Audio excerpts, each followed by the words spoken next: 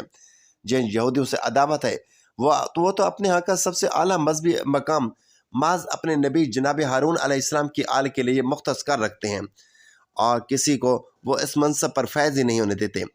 تو پھر ہم مسلمانوں کو یہ شعور کیوں حاصل نہیں، جبکہ ہمارے نبی صلی اللہ علیہ وسلم کی آل پاک کو سرفرازیاں تو خود اللہ رب العزت نے عطا فرمائی ہے۔ بد نصیبی کہ ہم اپنے رسول صلی اللہ علیہ وسلم کے فرامین سے روگردانی کے مرتکب تو ہوتے ہی ہیں، اللہ رب العزت کے احکامات اور حکمتوں کے بھی عملاً انکاری ہیں۔ آپ کون ہمیں سمجھائے کہ فرامین نبوت اور احکامات الہی کی سری خلاف ورزی آخر ہمیں کہیں کا نہ چھوڑے گی۔ سمجھنے کا وقت اب ہے کہ بعد ازاں پچھتاوے کی فرصت نہ ہوگی۔ اللہ تعالیٰ سے دعا ہے کہ اللہ تعالیٰ ہمیں ہر فتنے کے دور میں ایمان پر قائم و دائم رکھے اور ہمارا خاتمہ ایمان پر فرمائے۔ آمین یا رب العالمین۔